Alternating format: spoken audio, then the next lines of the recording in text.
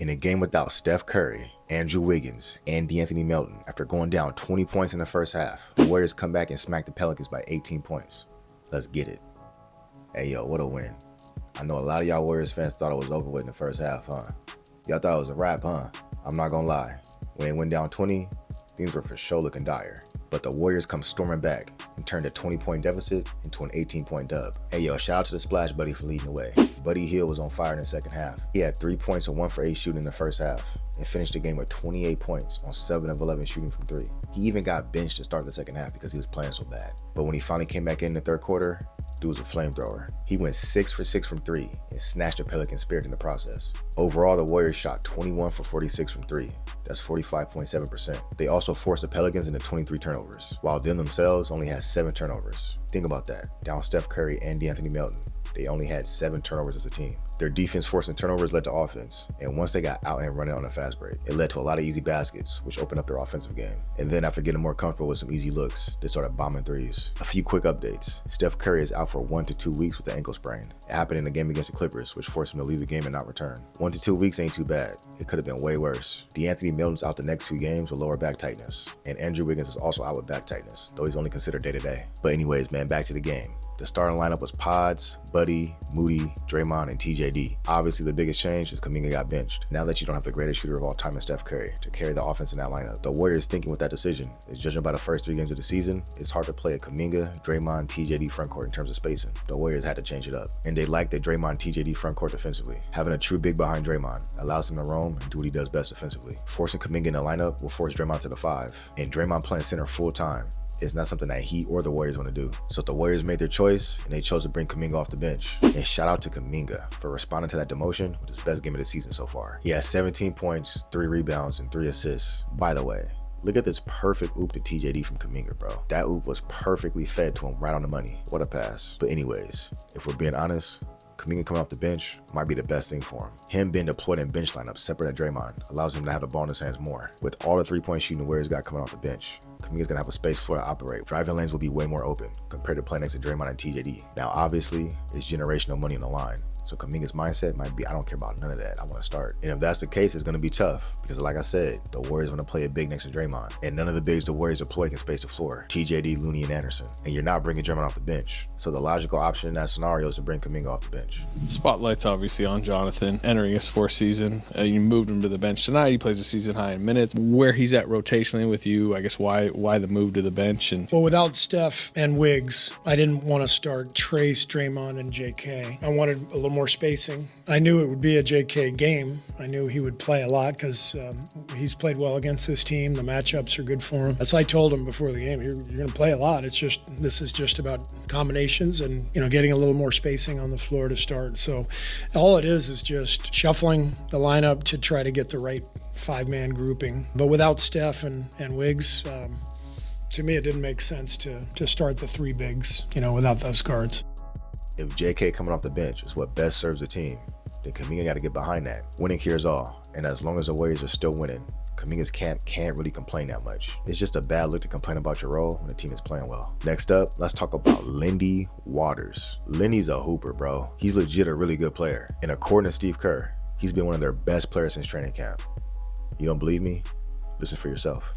I've said it since day 1 of camp. This guy's a ball player. The game flows when he's out there. It's not just because he's a good shooter. He's a good basketball player. It's the shots that he doesn't take because of his patience. It's the cuts that he makes to the basket. It's getting into the fight defensively. From day 1 of camp, this guy has been one of our best players, frankly, but couldn't get him out there till tonight. He's going to make his case for more playing time. Man, this is a great story for Lindy Waters. What I like about his game is he's not just a shooter. As I've mentioned in previous videos, he's scrappy on the boards. Tonight he had 9 rebounds. A lot of them contested rebounds in traffic. He also had 4 assists. He has that shooter's mentality, but he's capable of making that extra pass when needed. I'm telling y'all, this dude's not just a shooter. He has a pretty well-rounded game. He's basically a souped-up version of Damian Lee. He has a little more length at 6'6" versus Damian Lee, who's 6'5". He's a more pure shooter and overall better shot maker. And he's a better defender and athlete. It's crazy, bro. The Warriors basically got him for next to nothing. They traded a late 2nd-round pick for him and ended up buying that 2nd-round pick back and using it to draft Quentin Post. So they basically got Lindy Waters for a few $1 million in cash. Shout out to Money Mike making slide moves on the margins, bro. These type of moves make a difference. Just to finish up with Lindy Waters' stat line, he had 21 points, 9 rebounds, 4 assists, and a plus 26 for the game. Besides Buddy Hield, he was the best player on the court, and Buddy even gave him his props post-game, citing him as a game changer. Because every time you play, you always want to do good, but then you have rough spurts.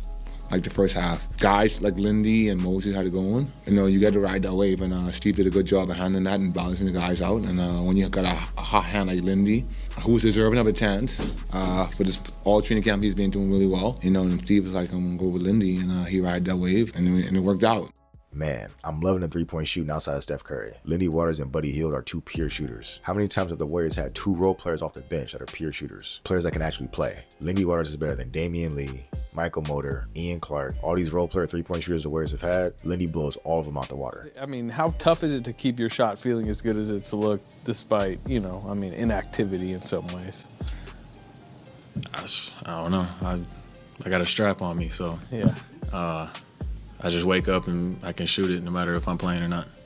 Also wanted to shout out Andrew Wiggins. He didn't play his game, but he's had a great start to the season. So far this season, he's averaging 19.7 points per game on 58% shooting from 3, on 6.3 attempts per game. He's also contributing 6.7 rebounds per game. He's been extremely active defensively and on the boards. In their win against Utah, he had 13 rebounds and 5 offensive rebounds. He's just been a monster utilizing his athleticism. Wiggins looks locked in, and although this day-to-day injury is a minor setback, I'ma just say it. Wiggins looks like his 2022 form so far. And that's a scary sight because that version of Wiggins was the second best player on the title team. That version of Wiggins was giving Luka and the Mavericks hell. That version of Wiggins bullied Tatum in the finals. If Andrew Wiggins is back to being, say, 90% of what he was in 2022, that changes everything. And it's not just him. GP2 and Wiggins and Looney both look great. All three of them look like they're back to their 2022 form.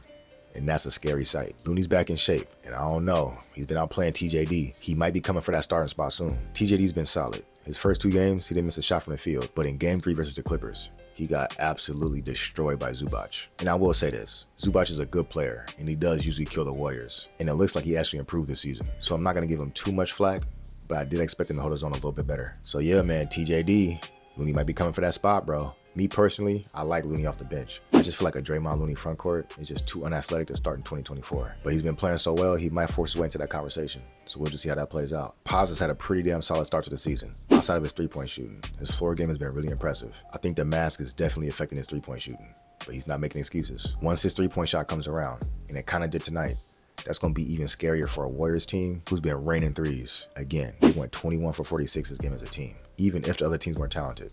If you can outshoot them from 3, that's the ultimate equalizer. On top of that, the Warriors have been great defensively. So when you add elite three-point shooting to elite defense, you got yourself a dangerous team, man. Steph's probably going to be out another few weeks. As long as they continue to play great defense, they should be able to hold it down without 30. Next up, they got the Pelicans again for a home back-to-back. Let's run it back and smack them again.